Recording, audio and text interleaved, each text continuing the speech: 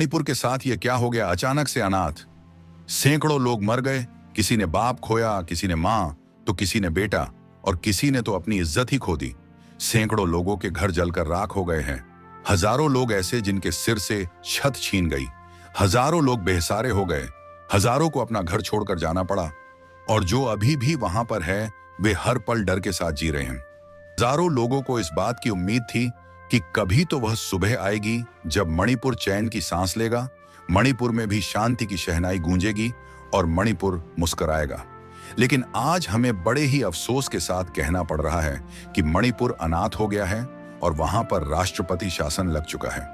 यह सबसे पहली बार हुआ है कि किसी राज्य में किसी दल की पूर्ण बहुमत और मजबूत सरकार, लेकिन उसके बावजूद राष्ट्रपति शासन लगाने की जरूरत पड़ी। ऐसा पहली बार हुआ है कि अपने ही दल के मंत्री नेताओं ने अपने ही दल के मुख्यमंत्री को हटाने की गुहार लगाई।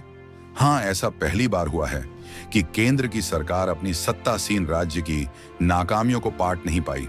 ऐसा पहली बार हुआ है कि महज 38 लाख की आबादी वाले राज्य को चाहकर भी, कोशिश कर भी शांत न हो पाया। दो समुदायों के बीच पनपे जहर को सरकार खत्म ना कर पाई। 40,000 से ज्यादा सुरक्षा कर्मी लगाए जाने के बावजूद मणिपुर की हिंसा नहीं रोकी जा सकी और मणिपुर जलता रहा। मणिपुर की क्या कहानी है, आइए हम इस वीडियो के माध्यम से समझते हैं। मणिपुर में दरअसल 3 मुख्य समुदाय हैं, में मितई, नागा और कुकी।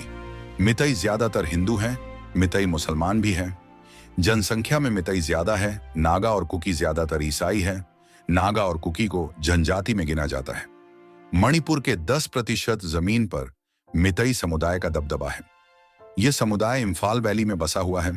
90% पर बाकी जो है वह पहाड़ी इलाकों में प्रदेश की मान्यता प्राप्त जनजातियां रहती हैं। इन पहाड़ी और घाटी के लोगों के बीच काफी पुराना विवाद है। मितई समुदाय की मांग है कि उन्हें जनजाति का दर्जा दिया जाए।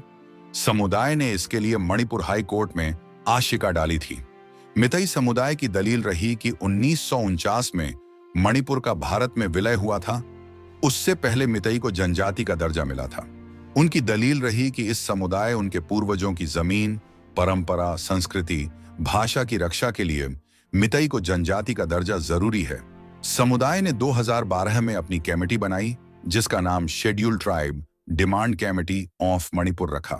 मितई समुदाय को बाहरी लोगों के आक्रमण से बचाने के लिए एक संवैधानिक कवच की जरूरत की मांग की। उन्होंने कहा कि मितई को पहाड़ी से अलग किया जा रहा है जबकि उन्हें जनजाति का दर्जा मिला है।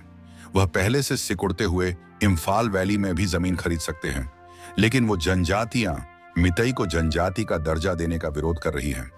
इन जनजातियों का हमेशा कहना रहा कि मितई जनसंख्या में ज्यादा है, राजनीतिक तौर पर वह रसूख है, उनका दबदबा है। जनजातियों का कहना है कि मितई समुदाय आदिवासी नहीं है। उनको पहले से ही एसएससी ओबीसी आरक्षण के साथ साथ आर्थिक रूप से पिछड़े वर्ग का आरक्षण मिला है। उनके फायदे भी मिल रहे हैं। उनकी भाषा भी संविधान की 8वीं अनुसूची में शामिल है, संरक्षित है। ऐसे में मितई समुदाय को सब कुछ तो नहीं मिल जाना चाहिए, और उन्हें आरक्षण मिला तो फिर बाकी जनजातियां के लिए नौकरी और कॉलेजों में दाखिला मिलने के मौके कम हो जाए। फिर मितई समुदाय को भी पहाड़ों पर जमीन खरीदने की इजाजत मिल जाएगी। इससे जनजातियां हास्य पर चली जाएगी। यहीं से नफरत की दीवार शुरू हुई 3 मई से, जिसके बाद जो दौर चला वे हम सब ने देखा। ये वही मणिपुर है जहां से देश को शर्मनाक तस्वीरें देखनी पड़ी, जिसे देखकर हम और आप शर्मसार हो गए थे। जब हमारे देश की बेटियों को न्यूड परेड करवाई गई थी, अफसोस कि हम उस वक्त उस घटना को रोक नहीं पाए थे। ये मणिपुर की कहानी। और क्या लगता है आपको कि मणिपुर चैन की सांस ले पाएगा?